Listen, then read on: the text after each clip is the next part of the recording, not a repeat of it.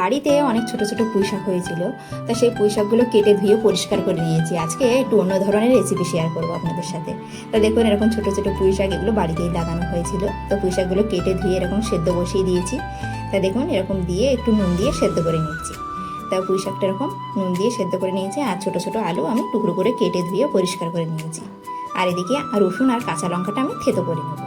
তো দেখুন, রসুন কাঁচা লঙ্কা এরকম থেতো করে নিচ্ছি। এদিকে পুঁই শাক সেদ্ধ হয়ে গেছে, নামিয়ে নেবো। তো আমি অপর্ণা, আপনারা দেখছেন কিন্তু অপর্ণার কিচেন। মাঝে সাঝে এরকম একটু নিত্য নতুন রান্না খেতে কিন্তু বেশ ভালোই লাগে। আজকে রান্নাটা একটু অন্যরকমভাবে করবো।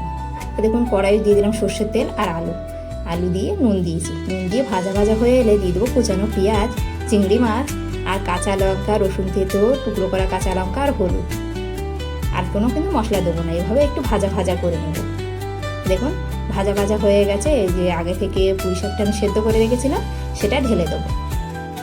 দেখুন, ঢেলে দিচ্ছি। তার রেসিপিটা ভালো লাগলে একটা লাইক আর কমেন্ট করবেন, কেমন হয়েছে কিন্তু জানাবেন কিন্তু। তা দেখুন, এরকম ফুটে উঠেছে, এবার নামিয়ে নেব। তো রেডি হয়ে গেছে পুঁই শাকের তরকারি, পুঁই শাক আলুর তরকারি। এবার নামিয়ে নেব। পুঁই শাক আলু আর চিংড়ি মাছ এবার নামিয়ে নিচ্ছি, হয়ে গেছে।